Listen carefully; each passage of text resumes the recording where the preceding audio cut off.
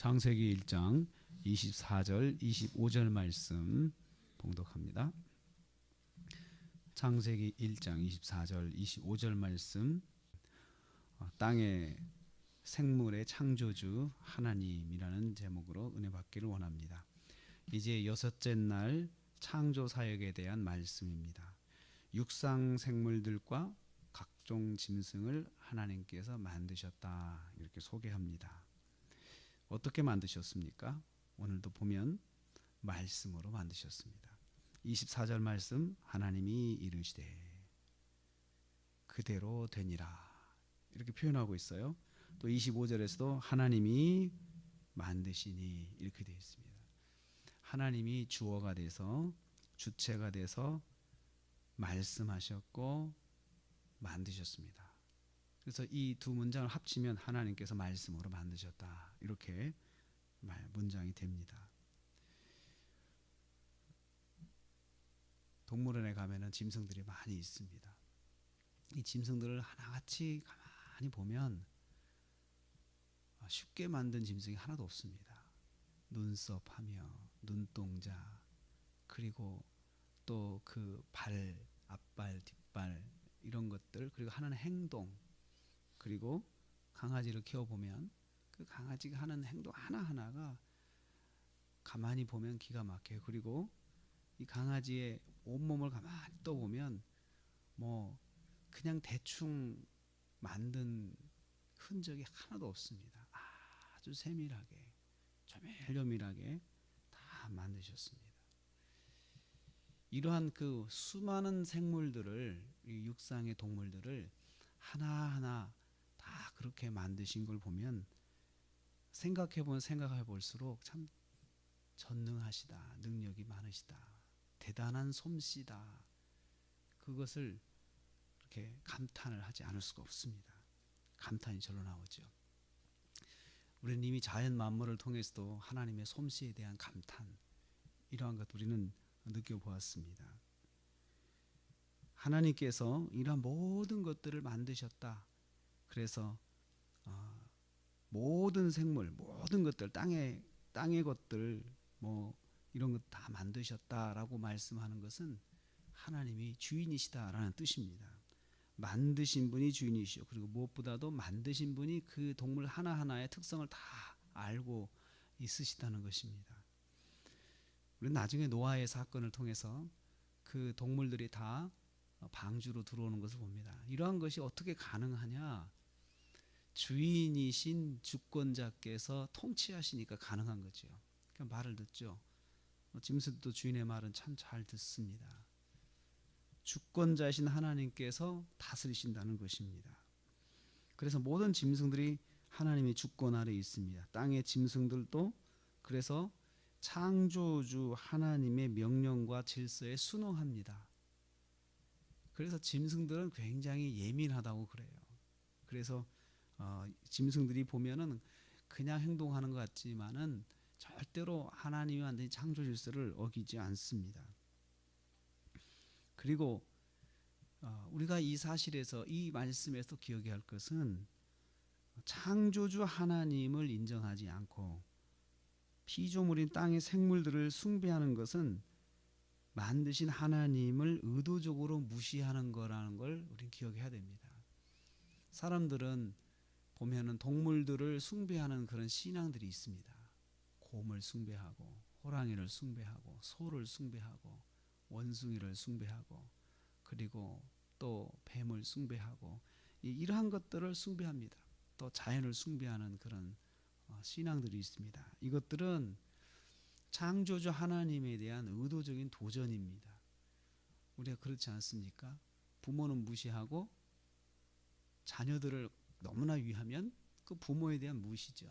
그 도전이죠. 어떻게 보면 자녀를 사랑한다고 하는 것과 숭배하는 것은 다릅니다. 또 그래서 우리는 이 사실을 통해서 그 자연 숭배 사상이 결국은 하나님에 대한 도전입니다. 하나님에 대한 무지를 떠나서 하나님에 대한 도전이라는 것을 우리는 꼭 기억을 해야 합니다. 그래서 자연을 숭배하는 사람들이 하나님을 절대로 인정하지 않습니다. 그리고 들어갈 틈이 없어요. 자연 숭배하는 사람은 하나님 그 당신이 숭배하는 그 짐승을 만드신 하나님에 대해서 이야기를 하려고 그러면 절대로 듣지가 않습니다. 그래서 자연 숭배는 사탄이 만든 종교입니다. 두 번째로 우리가 기억해야 될 말씀은 종류대로 만드셨다는 것입니다. 종류대로. 어떻게 만드셨는가? 종류대로 만드셨다. 그래서 그 말씀을 읽어보면 땅의 생물을 그 종류대로, 그리고 땅의 짐승을 종류대로, 그리고 25절 말씀 보면 땅의 짐승을 종류대로, 가축을 종류대로, 땅에 기는 모든 것을 종류대로. 이 종류대로라고 하는 말이 거의 거슬릴 정도로 반복이 되어 있어요. 한 번만 말해도 되는 건데 계속해서 각 짐승들, 창조물들을 이야기할 때 종류대로 말을 뒤로 붙인 것은 의도적인 표현입니다. 의도적인 표현. 이것은 땅에 있는 모든 생물들은 진화한 것이 아니고 하나님께서 처음부터 종류대로 만드신 것이다. 종류대로 만드신 것이다. 그래서 그 진화가 아니고 창조인 것을 강조하고 있습니다. 그래서 진화론은 현대에 생긴 그런 이론이지 않습니까? 처음에는 진화론이 없었습니다. 그런데 다윈이 그 진화론을 주장하면서부터 현대 과학과 인문학이 이 진화론의 사상이 급속도로 퍼지기 시작했고, 이 진화론을 통해서 창조주 하나님에 대해서 의도적으로, 논리적으로, 학문적으로 도전하는 그런 일들이 현대 인문학에서 생기기 시작을 합니다. 진화론은 창조주에 대한 인류의 도전입니다.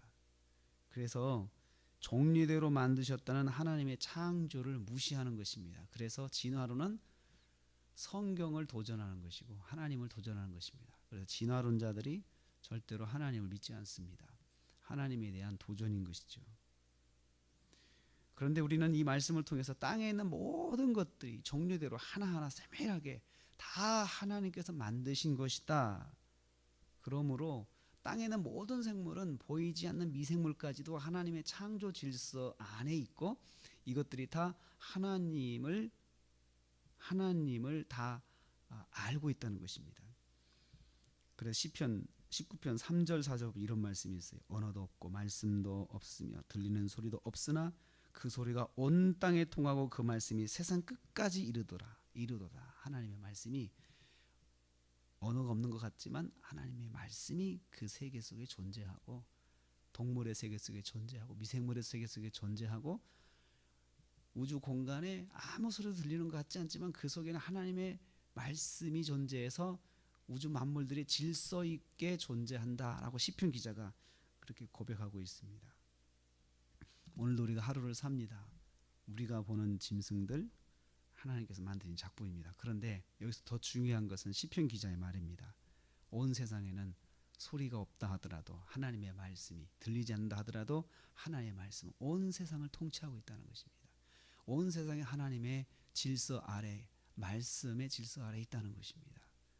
우리가 한 주간을 사시면서 그 하나님께서 말씀하시는 질서 아래 온 우주가, 그리고 우리가 사는 이 세계가, 그리고 땅으로 우리가 밟고 사는 이 땅이 하나님의 질서 아래 있다는 거예요. 하나님의 말씀 아래 질서를 지키고 있고, 그리고 해가 동해서 서로 뜨고 있고, 그리고 낮과 밤이 생기고, 이러한 모든 것들이 하나님의, 우리에겐 들리지 않지만 하나님의 그 말씀의 질서 아래 있다는 사실을 기억하시고 오늘 하루도 그 하나님의 말씀의 질서 아래서 승리하시는 저와 여러분 되시기를 주님의 이름으로 축복합니다.